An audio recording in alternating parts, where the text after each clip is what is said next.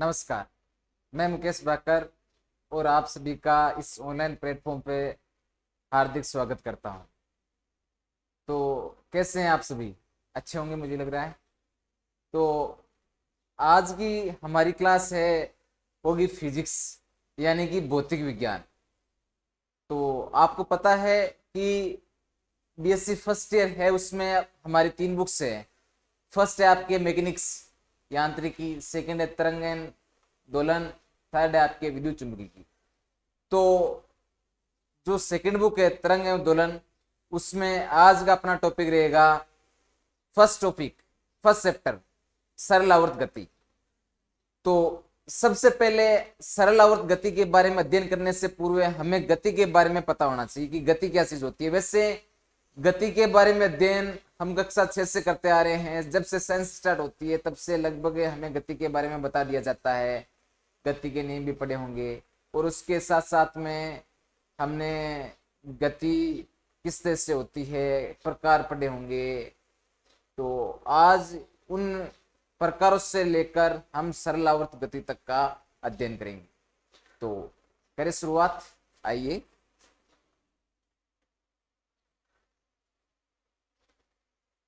सबसे पहले मैं बात करूंगा गति। तो गति के बारे में आपने कई बार परिभाषाएं पढ़ी होगी। तो क्या क्या परिभाषाएं थी? गति के बारे में आपने यही परिभाषा पढ़ी कि कोई वस्तु पड़ी है और उसको कोई बाह्य बल दे दिया जाए या फिर वो वस्तु अपने स्थान से आगे पीछे या फिर किसी भी दिशा में चली जाती है या फिर उसको विस्थापित कर दिया जाता है, तो वही उस वस्तु की गति होती है। यही पढ़ा है हमने। तो इसकी डेफिनेशन क्या होगी? डेफिनेशन यही होगी कि कोई वस्तु है, उसका किसी अन्य वस्तु के सापेक्ष, अन्य वस्तु के साथ समय के सापेक्ष परिवर्तन की दर गति कहलाएगा। तो अब गति के प्रकार होते हैं, जैसे कि आपने पढ़ा होगा सरलावर्त गति, सरलरेखीय गति, वर्तीय गति, और भी है जैसे कि आवर्त गति, दोलनी गति। तो ये गतियां कैसे होती है? यानी कि हम सरलरेखीय गति की बात करें तो सरलरेखीय गति जो किसी सीधे पथ पर गति होती है, जैसे कोई सीधी सड़क है उस पे किसी बस का जाना या बस का गति करना। ठीक उसी प्रकार मैं कहूं कि वर्तीय गति, वर्तीय यानी कि वर्त के समान गुणन गति हो गई, किसी अक्ष के सापेक्ष गुणन करना। तो यही है इनके प्रकार। इन प्रकारों का अध्ययन तो हमने पहले की जो क्लास हैं उनमें कर लिया था। तो आज हम बात करेंगे केवल सरलावर्त गति का। तो सबसे पहले गति पे आते हैं।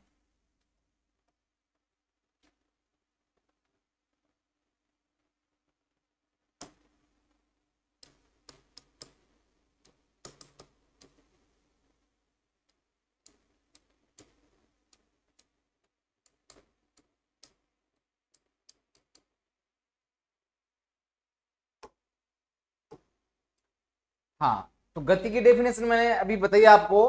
क्या होती है? किसी वस्तु का अन्य वस्तु के साथ समय के सापेक्ष परिवर्तन की दर गति कहलाता है। ठीक है, तो ये परिभाषा लिखते हैं कि किसी वस्तु का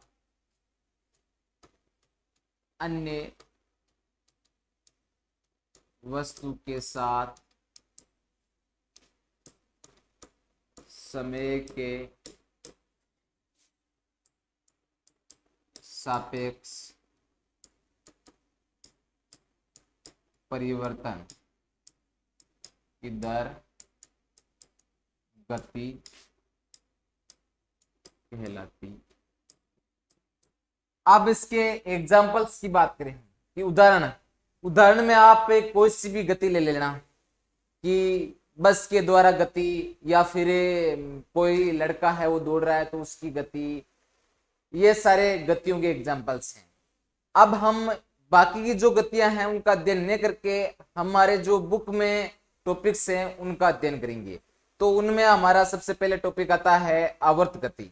तो आवर्त गति के बारे में भी आपने अध्ययन किया था, 7th 8th क्लास में किया होगा, 10th में किया होगा। तो आवर्त गति के बारे में हमने यही अध्ययन किया था कि कोई वस्तु है एक निश्चित पथ पर निश्चित समयांतराल के पश्चात गति का दोहराना ही आवर्त गति कहलाता है। यही पढ़ा था। यानी कि कोई, जैसे मान लो सूर्य है, तो सूर्य के सापेक्ष चारों ओर जो ग्रह है वो चक्कर लगाते हैं। हमें पता है पृथ्वी है, सूर्य के चारों ओर चक्कर लगाती है, पृथ्वी के चारों ओर चंद्रमा चक्कर लगाता है। तो जो सूर्य है उसके चारों ओर पृथ्वी का चक्कर लगाना एक निश्चित वर्ताकार पथ। अब वर्ताकार हो चाहे कोई सा भी पथ हो, उससे हमें कोई मतलब नहीं है। ऐसे नहीं है कि भाई वर्ताकार पथ ही हो, वो दूसरी गति हो जाती है। आवर्त गति में बस यही है कि एक निश्चित पथ होना चाहिए और निश्चित समय अंतराल होना चाहिए। ऐसे नहीं कि भाई यहां से पृथ्वी एक दिन में चक्कर लगा के आ जाती है, दूसरे दिन में कभी कभार 2 दिन लग जाते हैं, ऐसा तो होता नहीं। फिक्स टाइमिंग होता है इसका, जैसे कि 365 या 366 दिन होते हैं, तो उनके अकॉर्डिंग वो चक्कर लगाती है और अपने अक्ष पर जैसे कि 24 घंटे में गुणन कर लेती है। तो वो उनका एक निश्चित टाइमिंग होता है और वही निश्चित समयांतराल है आवर्त गति कहलाता है। या फिर सरलोलक की गति, बच्चे का झूलना, झूला झूलता है बच्चा तो अपने एक फिक्स टाइमिंग होता है। जैसे कि यहाँ से मैं झूला झूला रहा हूं तो यहाँ से उसको छोड़ूंगा, वहां तक जाएगा, फिर वापस आएगा, तो उसकी एक निश्चित अवधि होती है, निश्चित एक टाइमिंग होता है। तो वही टाइमिंग क्या कहलाता है? आवर्त गति। ठीक है, आवर्त गति के बारे में समझ गए होंगे। यानी कि टाइमिंग निश्चित होना चाहिए, निश्चित समय अंतराल में, निश्चित पथ में, एक निश्चित समय अंतराल के दौरान जो गति होती है वही आवर्त गति होती है। तो परिभाषा की बात करें तो परिभाषा कैसे बनाएंगे हम? परिभाषा बस मेरे जो शब्द है उन्हीं से परिभाषा बनेगी। मतलब कैसे कि ऐसे नहीं है कि भाई हम है बुक वाले रटते हैं कि बुक में जो लिखा हुआ है बस सर हमें तो वही चाहिए, वो हमें नहीं चाहिए। हमें इजी लैंग्वेज चाहिए जो हमारे समझ में आ सके। ठीक है, तो अब उसके अकॉर्डिंग अब जो मैंने परिभाषा आपको बताई उसके अनुसार इसकी परिभाषा क्या बनेगी आवर्त गति की? कि एक निश्चित समय अंतराल में किसी कण द्वारा, निश्चित समय अंतराल में किसी कण द्वारा एक निश्चित पथ में तय की गई दूरी क्या कहलाएगी? आवर्त गति। बस यही परिभाषा है। तो आओ लिखो इसको।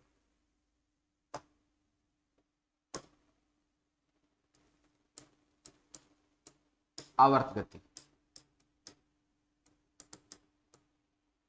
तो इसमें क्या लिखेंगे भाई हम? किसी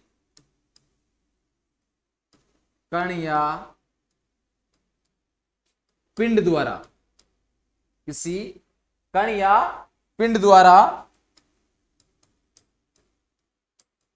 निश्चित पथ में, निश्चित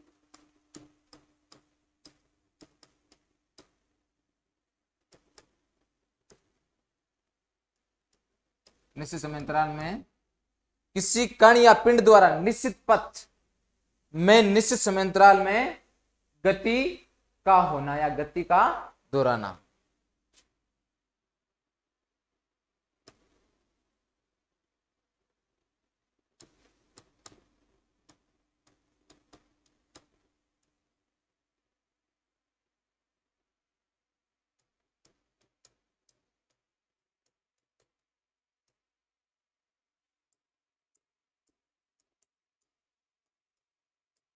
किसी कण या पिंड द्वारा निश्चित पथ में निश्चित समय अंतराल में दोहराना या गति को दोहराना, ये भी लिख सकते हो आप, गति का। ठीक है, गति को दोहराना मतलब क्या है इसका? कि इसकी मेन बात ये है कि यहां पे देखो ये झूला लगा हुआ है, ठीक है, यहां पे ये बच्चा बैठा हुआ है, ठीक है। अब यहां से मैंने इसको छोड़ा, यहां से छोड़ूंगा तो ये कहां जाएगा? यहां तक गया, गया। फिर यहां से ही आएगा, जैसे कि इसको 5 सेकंड लगी, फिर वहां से इधर गया और फिर इसको 5 सेकंड और लगी, तो फिर ये यहाँ पे आ गया, अपने अपने प्रारंभिक स्थिति में आ गया ना। बस यही क्या कहलाता है? इसका आवर्त गति कहलाएगा।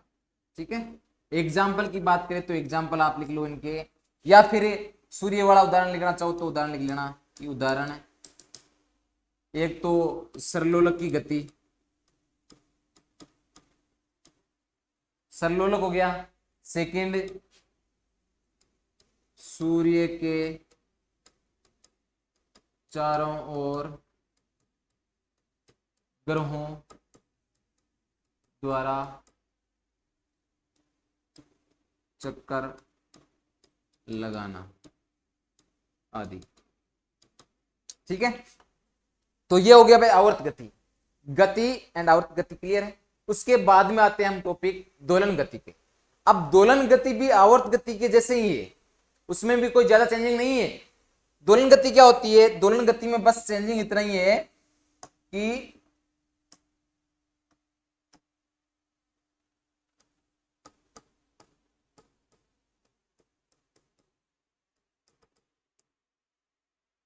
दोलन गति की परिभाषा की बात करें तो परिभाषा क्या होती है? किसी कण या पिंड द्वारा उसके मध्य स्थिति के इधर उधर गति करना ही दोलन गति कहलाता है।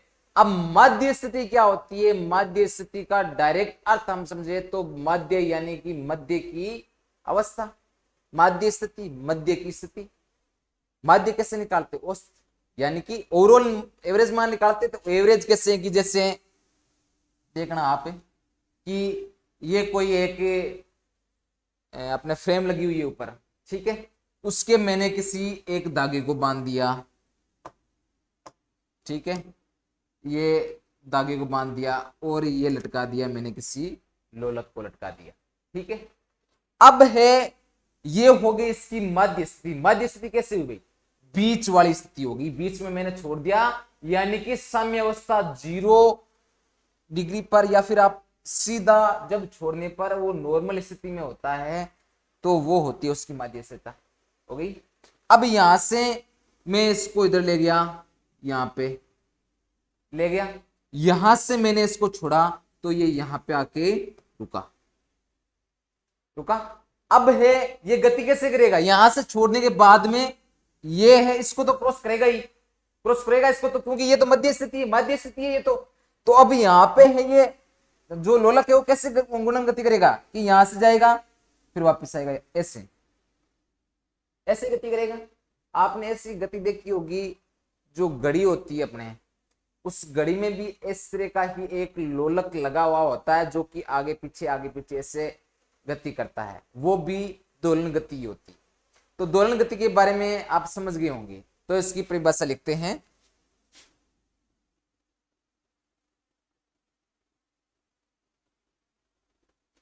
तो परिभाषा क्या बनेगी भाई? परिभाषा हम डायरेक्टली लिखें तो आप अपने हिसाब से लिख सकते हो, वैसे नहीं, मैंने समझा दिया आपको। और अब ऐसे नहीं है कि भाई मैं लिखूं जो ही आप सर आपने बोला कुछ और है और हम लिख कुछ और हैं, तो वो कोई बात डिपेंड नहीं होती है, बस अपनी लैंग्वेज लिखनी है अपने को। तो कैसे लिखेंगे कि किसी कण या पिंड द्वारा अपनी मध्य स्थिति के इर्द गिर्द या इधर उधर गति ही दोलन गति कहलाती है। ठीक है, उदाहरण की बात करें तो उदाहरण क्या हो सकता है दोलन गति में? लोलक की गति, लोलक और दोलनी गति काफी सारे एग्जांपल्स हैं, आप देख लेना कौन सा भी जिसमें कोई मध्य स्थिति होती है, उसके इधर उधर गति, घड़ी का जो लोलक होता है उसकी गति मान लिया, या फिर झूला वाला भी, ये भी उसकी मध्य स्थिति के अकॉर्डिंग आगे पीछे होता रहता है, तो वो भी उसका एग्जांपल्स हो सकता है। ठीक है, आदि कर दिए। अब है हम ये पढ़ रहे हैं कि आवर्त गति और दोलन गति, इनके बारे में हमने परिभाषा पढ़ ली। तो परिभाषाओं के अकॉर्डिंग हम क्या देखते हैं कि आवर्त गति होती है जो कि क्या होती है, किसी निश्चित समय अंतराल में किसी निश्चित पथ पर जो गति होती है उसको आवर्त गति कहते हैं। और इसमें भी तो वही है या कुछ चेंजिंग है? इसमें चेंजिंग है थोड़ा सा। इससे क्या सिद्ध होता है कि इसमें यह बोल रहा है कि मध्य स्थिति के इधर उधर, यानी कि एक निश्चित टाइमिंग के अकॉर्डिंग इधर से उधर जा रहा है, तो वो तो होगी दोलन गति, ठीक है। लेकिन जो आपके आवर्त गति होती है वो एक निश्चित टाइमिंग के अंदर और एक निश्चित पथ में गुणन गति होती है। तो वो जैसे कि मैंने सूर्य वाला बताया था, तो सूर्य के चारों ओर भी हो सकता है, लेकिन इसमें ऐसे नहीं है कि वो सूर्य के चारों ओर चक्कर लगा सकता है। तो इसके आधार पर हम क्या कह सकते हैं कि जो जितनी भी दोलन गतियां होती है वो आवर्त गतियां हो सकती है, लेकिन आवर्त गतियां संपूर्ण जो आवर्त गतियां वो दोलन गतियां नहीं हो सकती। इसके अकॉर्डिंग हम ये कह सकते हैं ना, अरे जो दोलन गतियां होगी वो आवर्त गतियां हो सकती है, लेकिन आवर्त गतियां जो सभी आवर्त गतियां है क्या वो दोलन गतियां हो सकती है? नहीं हो सकती। तो इसमें यह चीज आप लिख देना कि संपूर्ण दोलन गतियां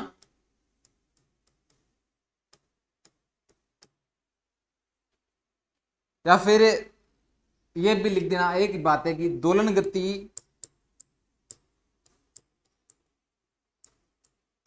आवर्त गति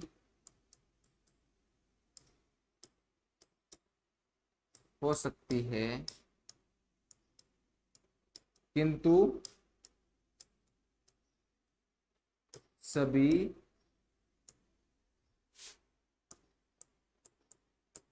आवर्त गतियां दोलन गतियां नहीं हो सकती।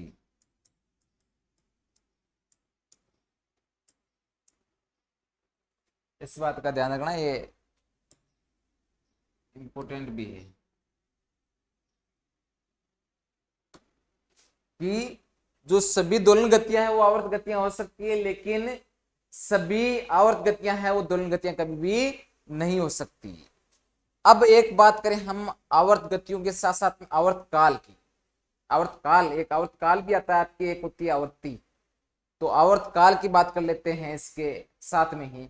तो आवर्त काल क्या होता है कि जो आवर्ती गति होती है उसमें जो टाइमिंग लगता है, जो समय लगता है, उसको ही हम कहते हैं आवर्त काल। आवर्त काल होता है उसको हम कैपिटल टी यानी बड़ा वाला जो टी होता है उससे प्रदर्शित करते हैं। तो इसकी परिभाषा भी लिखना चाहो तो आप लिख लेना।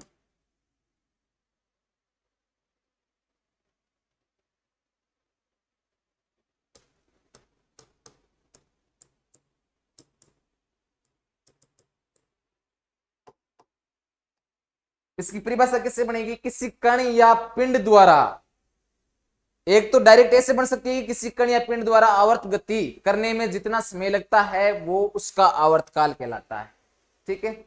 एक परिभाषा यह भी बन सकती है कि किसी कण या पिंड द्वारा उसकी प्रारंभिक अवस्था से अंतिम अवस्था पर जाकर फिर पुनः प्रारंभिक अवस्था तक आने में जो समय लगता है वह उस जो कण है या पिंड है उसका आवर्तकाल कहलाता है। तो कैसे लिखेंगे कि किसी कण या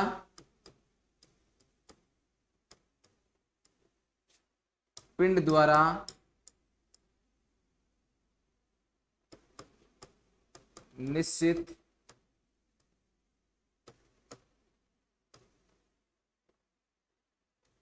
पथ में गति कर पुनः अपनी प्रारंभिक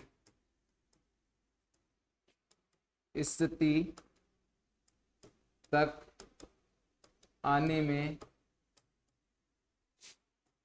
जो समय लगता है वह उस कण का क्या कहलाता है? आवर्त काल कहलाता है।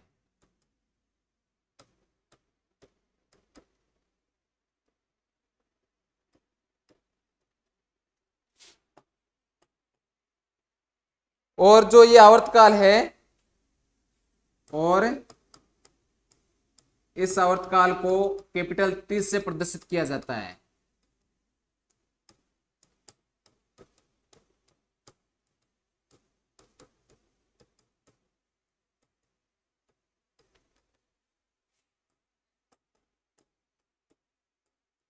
ठीक है।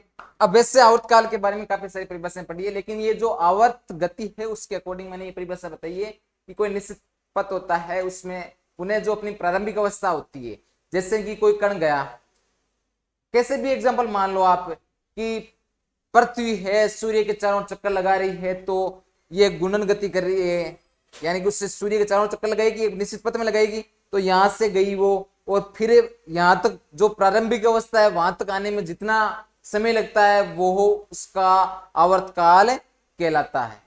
क्लियर है भाई इतना? तो अब हम आगे बात करेंगे सरल आवर्त गति पर आ जाते हैं। तो ये दोनों क्लियर है, आवर्त गति और दोलन गति, इन दोनों में अंतर आपको पता होना चाहिए। उसके बाद में ये आवर्त काल हो ही गया, ये अपने टाइमिंग ही होता है जिसको कैपिटल टी से प्रदर्शित किया जाता है। यदि हम आवर्ती की बात करें, आवर्ती आवर्ती आपने सुना होगा, फ्रीक्वेंसी बोलते हैं इंग्लिश में, और न्यूज से भी कहीं प्रदर्शित किया जाता है, कहीं पर स्मॉल एफ से प्रदर्शित किया जाता है। तो आवर्ती क्या चीज होती है? आवर्ती है इस आवर्त काल के जस्ट अपोजिट होती है। और कई बार आपने इसकी परिभाषा ये पढ़ी होगी, कंपनों की संख्या बटा कंपनों में लगा समय, और इसका मात्रक भी हर्ट्ज होता है। तो उसके अकॉर्डिंग भी इसकी परिभाषा बना सकते हैं। यदि हम आवर्तकाल से रिलेटेड परिभाषा बनाए तो हम क्या कहते हैं कि new is proportional to 1/t, यानी कि जो आवर्तकाल है उसके व्युत्क्रमानुपाती होती है आवर्ती। क्लियर है? अब आ जाओ हम बात करते हैं सरल आवर्त गति की।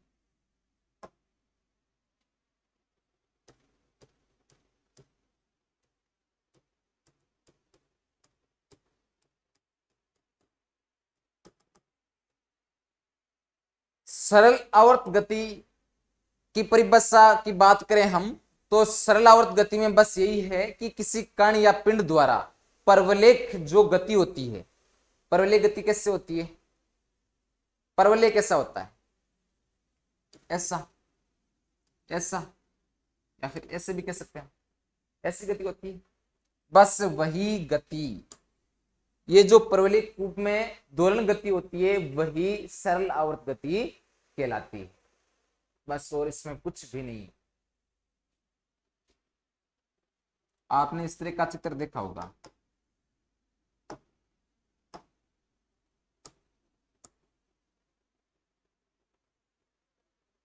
इस तरह का, यानी कि ये जो माध्य स्थिति है इसके ऊपर नीचे विस्थापन हो रहा है, हो रहा है। तो यही जो गति होती है वो सरल आवर्त गति कहलाती है। अब इसकी परिभाषा की बात करें तो परिभाषा कैसे बनाओगे आप? ये लिखोगे कि किसी कण द्वारा ऊपर नीचे की जो गति होती है वही उसकी सरल आवर्त गति होती है, यही होती है। या फिर इसकी कुछ अलग परिभाषा बनाएंगे? इसकी अलग परिभाषा बस यही है इनको। अब इसका अर्थ समझ गए हम, अब इनको शब्द रूप दे दो, साइंटिफिक लैंग्वेज दे दो इनको। साइंटिफिक लैंग्वेज कैसे देंगे? किसी कण या पिंड द्वारा किसी परवलयिक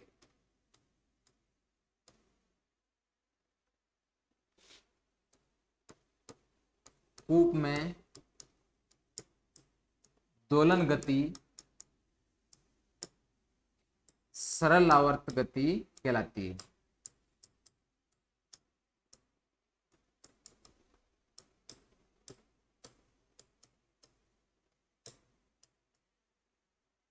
ठीक है, किसी कण या पिंड द्वारा किसी परवलयिक जो कूप होता है उसमें जो आवर्त ये अपने दोलन गति होती है वही क्या कहलाती है? सरल आवर्त गति कहलाती है। अब है सरल आवर्त गति है, उसमें आप ये देखना,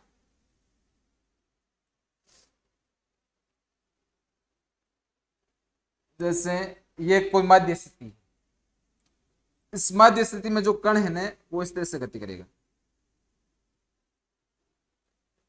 अब है, ये तो मैंने ऐसे चित्र बना दिया, खड़ा है, कैसे भी मान लो आप, तो वो हमेशा अपने जो माध्य स्थिति है उसके ऊपर नीचे जो दोलन गति है वो करेगा, और वही होती है आपकी सरल आवर्त गति। बस यही है। काफी देर से हम सरलावर्त गति बात कर रहे थे। ये इतनी सी शॉर्ट एंड स्वीट में इतनी सी बस परिभाषा है। तो इस जो सरलावर्त गति है, इस सरलावर्त गति के लिए हम स्थितिज ऊर्जा की बात करें तो स्थितिज ऊर्जा होती है इसमें, उसको यू से प्रदर्शित किया जाता है, आपको पता ही है। यू बराबर होता है हाफ ऑफ के एक्स स्क्वायर। ठीक है, तो अब है जो सरलावर्त गति है, इसमें ये जो ऊपर नीचे गति कर रही है एक प्रत्यानयन बल है उसके अकॉर्डिंग गति करती है। प्रत्यानयन बल क्या होता है? प्रत्यानयन बल वह होता है जो कि इसको, जैसे कि ये इस तरफ जा रहा है, इस तरफ गया ना, तो यहां से इसकी दिशा होती है इससे जस्ट विपरीत, यानी कि इसको ये मध्य स्थिति में लाने का प्रयास करता है, फिर ये ऊपर चला जाता है, फिर इसको इधर लाता है।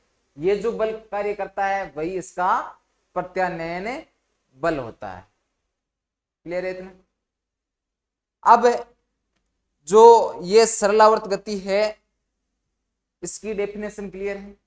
अब है इनमें आपके वेग, माध्य स्थिति और भी काफी सारे ज्ञात करना चाहे तो हम ज्ञात कर सकते हैं। इनकी स्थितिज ऊर्जा की बात करें तो स्थितिज ऊर्जा का सूत्र हम जानते ही हैं, क्या होता है? गतिज ऊर्जा पढ़ी है हमने। गतिज ऊर्जा क्या होती है, स्थितिज ऊर्जा क्या होती है, चलो उनकी बात कर लेते हैं। तो गतिज ऊर्जा और स्थितिज ऊर्जा में क्या फर्क होता है, दोनों कैसे इनकी परिभाषा होती है? गतिज ऊर्जा वे होती है किसी वस्तु में गति के कारण जो उसमें ऊर्जा संचित होती है उसको हम बोलते हैं गतिज ऊर्जा, यही बोलते हैं। सेकंड आपके होता है स्थितिज ऊर्जा, किसी वस्तु की स्थिति में परिवर्तन की वजह से जो ऊर्जा उत्पन्न होती है उसे हम क्या कहते हैं? स्थितिज ऊर्जा बोलते हैं। तो जो गतिज ऊर्जा है और स्थितिज ऊर्जा, इनके एग्जांपल्स की बात करें तो गतिज ऊर्जा क्या कौन सा एग्जांपल है गतिज ऊर्जा का? जैसे कोई वस्तु गति कर रही है तो उसके अंदर जो ऊर्जा संचित होगी वो गतिज ऊर्जा होगी, उसको हम बोलते हैं हाफ ऑफ mv स्क्वायर। और सेकंड वाला आपके हो गया स्थितिज ऊर्जा, जिसको जैसे कि हमारे पास में कोई धनुष बाण है या फिर एक गुलेल है, तो उनमें जो ऊर्जा संचित होती है वो ऊर्जा कौन सी होती है? आपके स्थितिज ऊर्जा संचित होती है। तो अब है इनमें जैसे कि बल की बात करें हम, बल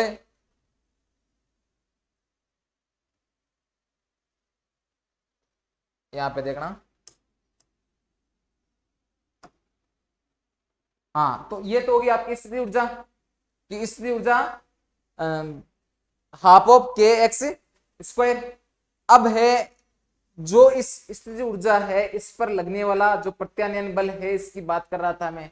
प्रत्यानयन बल क्या था कि ये जो मध्य स्थिति के ऊपर नीचे हो रहा है तो ये बल किस वजह से लग रहा है और इस बल का इसकी स्थिति पर क्या इफेक्ट पड़ेगा। तो मैंने आपको बताया कि ये जो बल होता है इसकी दिशा जस्ट इसके अपोजिट होती है, संतुलन लाने की स्थिति में करता है ना, ये संतुलित अवस्था में लाने का प्रयास करता है। तो बल F बराबर क्या होगा? माइनस